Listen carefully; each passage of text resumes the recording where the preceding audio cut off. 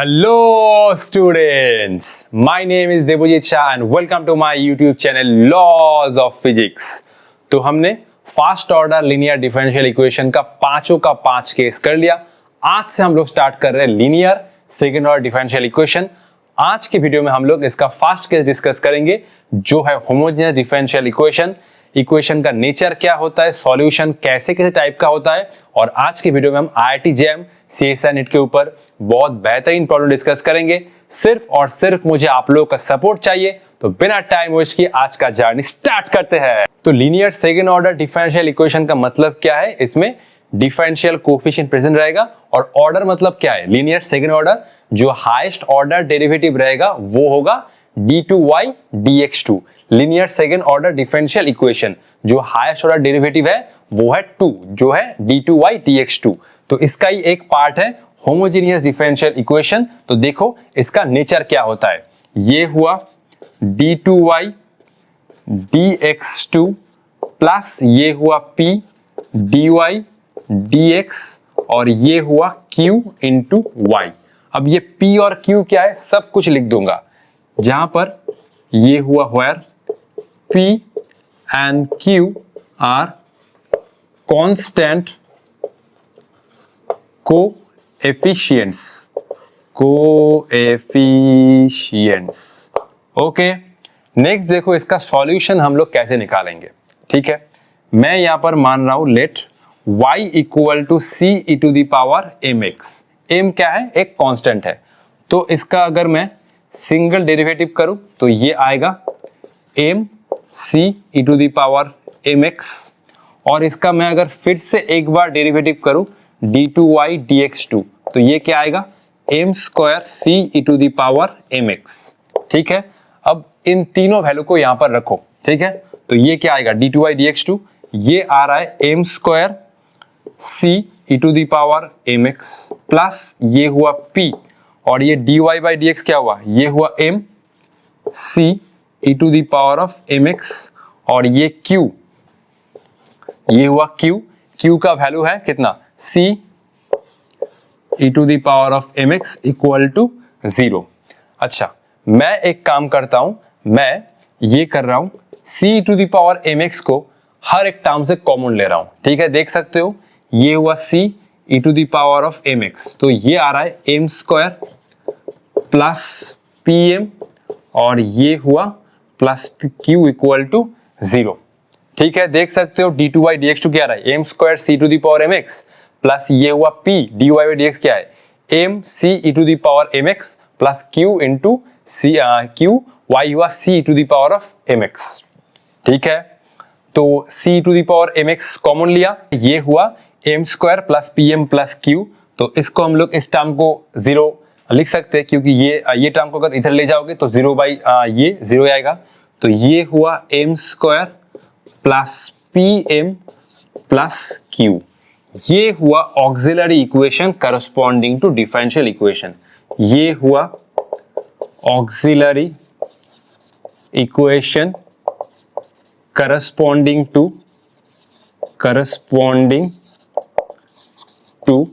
Differential equation. अब देखो इसमें m का कितना वैल्यू पॉसिबल है, 2 वैल्यू पॉसिबल है। अब m के वैल्यू के ऊपर डिपेंड करके ये डिफरेंशियल इक्वेशन का सॉल्यूशन y डिपेंड करेगा।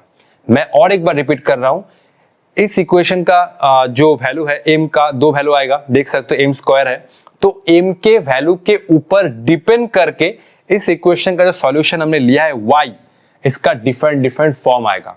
ठीक है, अगर m का डिफरेंट वैल्यू आ रहा है तो ये सॉल्यूशन जो y है इस इक्वेशन का वो भी अलग अलग होगा।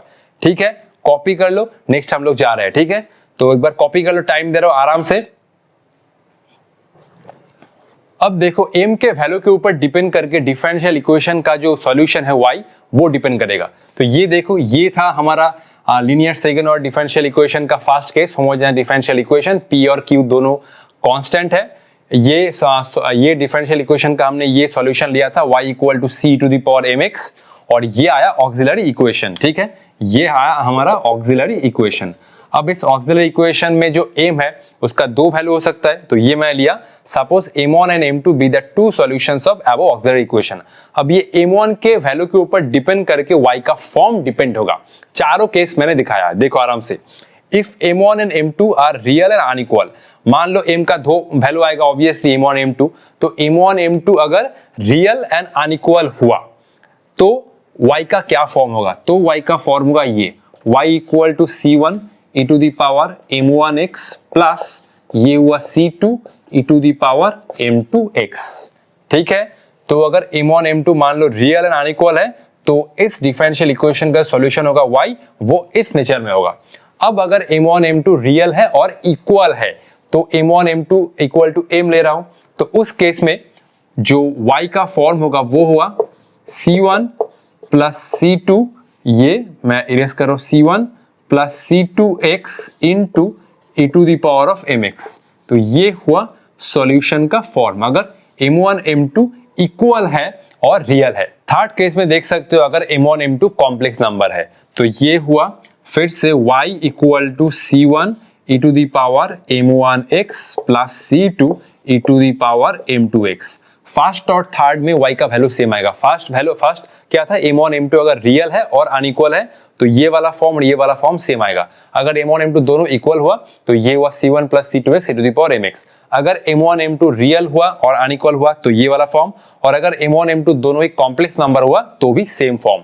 और अगर m1 m2 मान लो कॉम्प्लेक्स कॉन्जुगेट हुआ तो कॉम्प्लेक्स कॉन्जुगेट मतलब ये हुआ m1 equal to alpha plus i beta और ये m2 हुआ अल्फा माइनस आई बीटा। तो इस केस में y का क्या फॉर्म होगा देख सकते हो, ये हुआ y, ये हुआ e to the power alpha x और ये होगा a cos beta x plus b sine beta x। तो ये हुआ सॉल्यूशन का फॉर्म। अगर m1 m2 कॉम्प्लेक्स नंबर है तो 1 और 3 में सेम आएगा, और अगर m1 m2 कॉम्प्लेक्स कॉन्जुगेट है, मान लो m1 है alpha plus i beta, m2 है अल्फा प्लस आई बीटा, तो y का जो फॉर्म आएगा मतलब इस डिफरेंशियल इक्वेशन का सॉल्यूशन होगा वो हुआ e to the power alpha x into a cos beta x plus b sine beta x। ठीक है, कॉपी कर लो, चलते हैं डायरेक्ट न्यूमेरिकल पर, क्योंकि न्यूमेरिकल से ही हमें समझना है सब कुछ। कॉपी कर लो। तो ये हुआ आज का हमारा न्यूमेरिकल नंबर 1 जो है linear second order differential equation का केस नंबर 1 जो है होमोजेनियस डिफरेंशियल इक्वेशन। देख सकते हो d2y dx2 ये है p और ये है q। तो अगर इस इक्वेशन को तुम सॉल्व करना चाहते हो तो फिर से मैं अगर y equal to c e to the power mx लेता हूं, दो बार डिफरेंशिएट करता हूं और इसमें पुट करता हूं तो हमारा ऑक्सिलरी इक्वेशन आएगा। अब ऑक्सिलरी इक्वेशन का फॉर्म क्या था याद है? फिर से मैं वो सब नहीं करूंगा, टाइम वेस्ट होगा। ठीक है, ऑक्सिलरी इक्वेशन का फॉर्म था m square plus pm plus q, याद है? ठीक है, और ये हुआ m स्क्वायर, p का वैल्यू कितना है? p का वैल्यू है -7, देख सकते हो -7 प्लस q का वैल्यू कितना? ये हुआ 12 इक्वल टू 0। तो ये हुआ m square -4m -3m plus 12 equal to 0। तो ये हुआ m -4, ये हुआ m -4, ये हुआ -3 इक्वल टू 0, ये हुआ m -3, ये हुआ m -4 इक्वल टू 0। अब देखो m का दो वैल्यू आ रहा है और ये एक बार चेक करो कि m का जो दो वैल्यू आ रहा है वो क्या रियल है और क्या अनइक्वल है। तो m का दो वैल्यू क्या है? रियल और अनइक्वल है। तो इस सॉल्यूशन का तो इस इक्वेशन का सॉल्यूशन हुआ वो हुआ y equal to c1 e to the power m1x, तो ये हुआ 3x plus c2 e to the power और ये हुआ 4x। ठीक है, ये हुआ इस प्रॉब्लम का सॉल्यूशन। कॉपी कर लो, चलते हैं नेक्स्ट न्यूमेरिकल पर। ठीक है, 1 2 3 4 5। तो ये है न्यूमेरिकल नंबर 2 जो मैंने सिलेक्ट किया है IIT JAM से। क्वेश्चन को ध्यान से एक बार देखो, d2y dx2 plus 5dy dx equal to 0। इसमें जो d2y dx2 p dy dx और qy वाला टर्म एब्सेंट है। गिवन क्या है? गिवन है y0 इक्वल टू 2। इसका मतलब क्या है? x इक्वल टू 0 पर y का वैल्यू आ रहा है 2। अब एंड dy by dx जब तुम कैलकुलेट करोगे और जब तुम x इक्वल टू 0 पुट करोगे तो वैल्यू आएगा 2।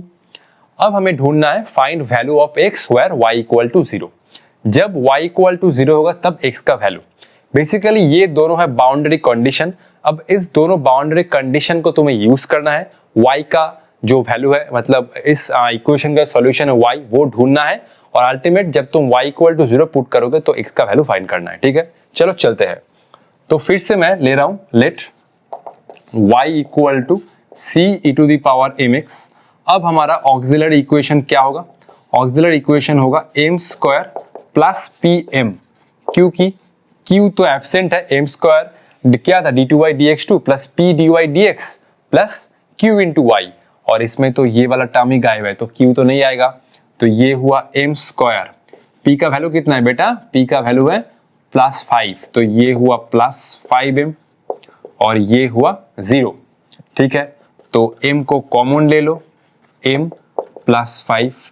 देखो m का दो वैल्यू आ रहा है, m इक्वल टू 0 और अगर m +5 इक्वल टू 0 करोगे तो ये हुआ m इक्वल टू -5। ठीक है, तो ये हुआ y का form c1 e to the power 0 into x plus c2 e to the power -5 into x.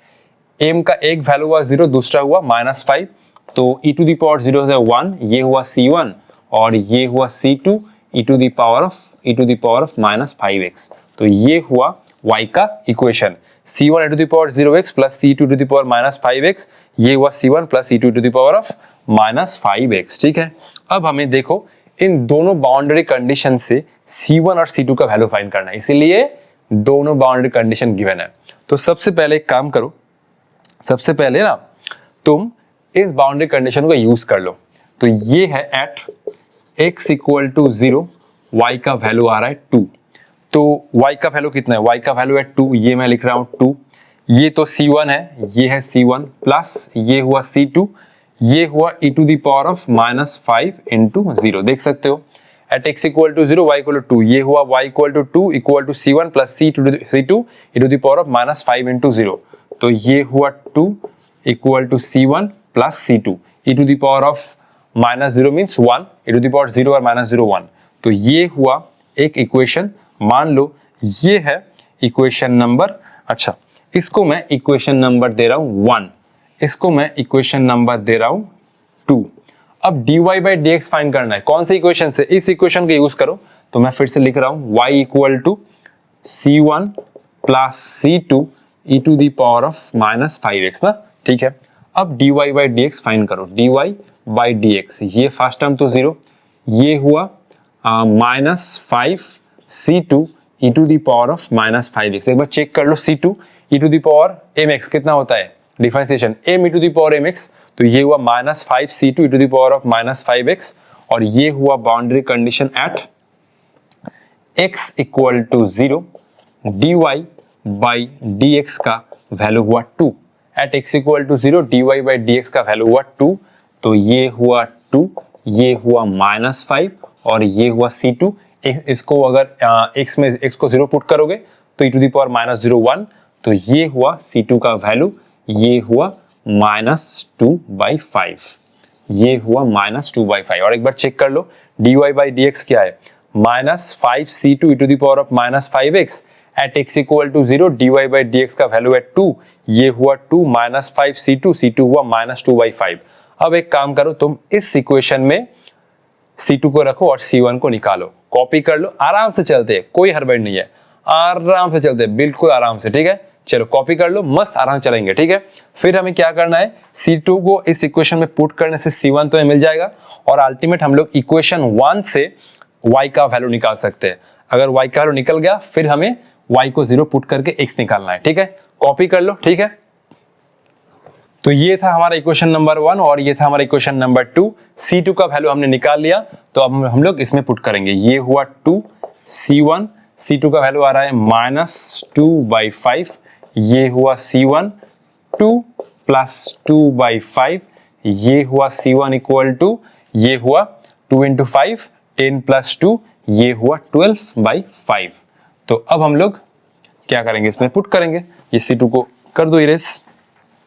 तो ये हुआ बाई 1, y का कितना वैल्यू आ रहा है? y इक्वल टू c1 का वैल्यू हुआ 12/5, ये हुआ 12/5 और C2 का वैल्यू हुआ कितना, C2 का वैल्यू हुआ -2/5, तो ये हुआ -2/5 और ये हुआ e⁻⁻5x। चेक कर लो, C1 का वैल्यू हुआ 12/5 और C2 का वैल्यू हुआ कितना, -2/5 e⁻⁻5x। तो ये हुआ अल्टीमेट हमारा इक्वेशन का सॉल्यूशन, लेकिन इसको आगे प्रोसीड करना है। सिर्फ सॉल्यूशन नहीं पूछा है find the value of x at when y equal to 0। तो अब हमें y का वैल्यू 0 पुट करना होगा और x का वैल्यू निकालना होगा। अच्छा, इसमें से तुम क्या कर सकते हो, 1/5 को तो कॉमन ले ही सकते हो। अच्छा, 2/5 को कॉमन ले सकते हो, तो ये हुआ 6 माइनस e⁻⁻5x। चेक कर लो, 2 × 6 कितना हुआ, 12/5 और ये हुआ 2/5, तो ये टर्म तो 0, तो ये हुआ 6 माइनस e⁻⁻5x इक्वल टू 0। ये हुआ 6 इक्वल टू e⁻⁻5x, ये हुआ 6 इक्वल टू 1/e⁻5x, ठीक है, और ये हुआ e⁻5x इक्वल टू, अच्छा नेक्स्ट मैं यहाँ पर कर रहा हूँ, ठीक है, देखो ये आगे जा रहा ऊपर, ठीक है, तो ये हुआ e⁻6 equal to e⁻⁻5x, e⁻5x को मैं इधर ले आऊंगा, 6 को इधर ले जाऊंगा, तो ये हुआ e⁻5x इक्वल टू, ये हुआ 1/6। दोनों साइड में लॉग अप्लाई करो, ये हुआ ln e⁻5x, ठीक है, और ये हुआ ln 1/6, मतलब ln 6 इनवर्स, ठीक है, तो ये हुआ ln e⁻5x और ये हुआ ln, अच्छा 6 इनवर्स का मतलब क्या हुआ, ये माइनस सामने आएगा, तो ये हुआ माइनस ln 6। अच्छा ना, ऐसे तो नहीं कटेगा, ऐसे नहीं कटेगा, देखो ध्यान से, ठीक है, e⁻5x इक्वल टू 1/6, दोनों साइड में ln लगाया, ln e⁻5x ln 1/6, ln 1/6 मतलब 6 इनवर्स, तो ये हुआ ln e⁻5x equal to ln 6 inverse, दोनों साइड से, तो अच्छा ये तो हुआ 6 इनवर्स। अच्छा एक काम करो, 6 इनवर्स को ना 6 इनवर्स मत करो, ठीक है, 1/6 ही रख दो बेटर, उतना झमेला करने का जरूरत नहीं है, उतना झमेला करने का कोई जरूरत नहीं है। तो ये हुआ ln e बेस, तो ये हुआ 5x इक्वल टू ln 1/6, तो ये हुआ x इक्वल टू 1/5, ये हुआ ln ऑफ 1/6, तो ये हुआ x का वैल्यू, x इक्वल टू 1/5 ln 1/6, ठीक है। एक बार चेक कर लो, दोनों साइड में मैं ln अप्लाई किया, ln 1/6, ये तो ln e बेस 1 हो गया, 5x ln 1/6 equal to 1/5 ln 1/6, ठीक है, कॉपी कर लो। चलते हैं हमारे एक बेहतरीन प्रॉब्लम के ऊपर जो है CSIR नेट का, ठीक है, कॉपी कर लो। तो ये है न्यूमेरिकल नंबर 3 और ये है CSIR जून 2015 का प्रॉब्लम, ठीक है, देख सकते हो d2x dt minus 3dx dt plus 2x equal to 0 if x equal to 0 at t equal to 0 and x equal to 1 at t equal to 1 find value of x at t equal to। तो ये चारों option था, लेकिन मैंने 2 option दिया है। चलो start करते हैं, ठीक है, चलो फिर हम पहले लोग क्या लेंगे, y इक्वल टू, यहाँ पर x t का फंक्शन है, तो ये हुआ c e to the power, ये हुआ mt, ऑक्सिलरी इक्वेशन क्या बनेगा, m square plus pm plus q equal to 0, तो ये हुआ m स्क्वायर, p का वैल्यू कितना है -3m और q का वैल्यू कितना है 2 प्लस 2, तो इसको सॉल्व आउट करो, m square -2m m plus 2 equal to 0, ये हुआ m -2, ये हुआ m -2 -1 इक्वल टू 0, ये हुआ m -1, ये हुआ m -2 इक्वल टू 0, तो m का 2 वैल्यू आ रहा है, m इक्वल टू 1 और ये हुआ m इक्वल टू 2, दोनों वैल्यू क्या है, रियल और अनइक्वल है, तो हम लोग इसको आगे प्रोसीड कर सकते हैं। तो y का जो फॉर्म हुआ वो हुआ c1 e to the power of, ये हुआ x, क्योंकि m1x m का एक वैल्यू 1, तो e to the power 1 into x, और ये हुआ दूसरा value c2 e to the power of, ये हुआ 2x, ये हुआ m का दूसरा वैल्यू।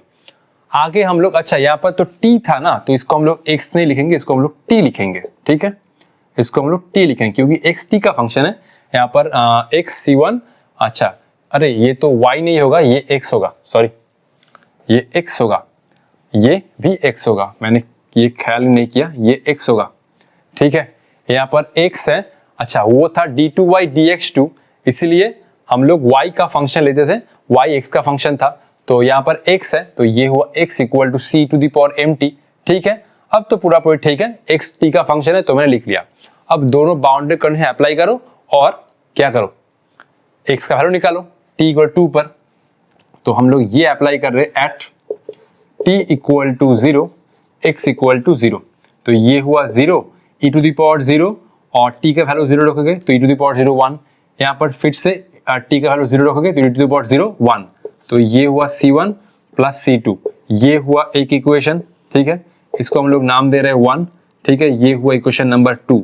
और एक equation at t equal to 1 पर x का वैल्यू है 1, तो ये मैं बाई 1 लिखूंगा, x का वैल्यू कितना है 1 और ये हुआ c1, t का वैल्यू है 1 तो ये हुआ c1 e to the power e plus c2 e to the power of 2t, तो 2 इंटू टी ये बनेगा e स्क्वायर, ठीक है।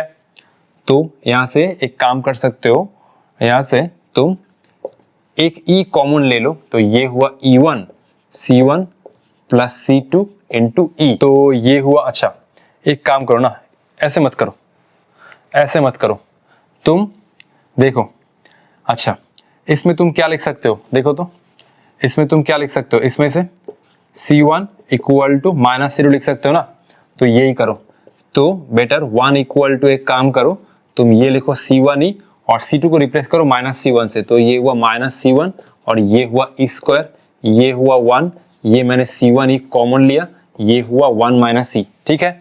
तो c1 equal to minus c2, ये हुआ c1e और ये हुआ c1e minus c1 e square, ठीक है।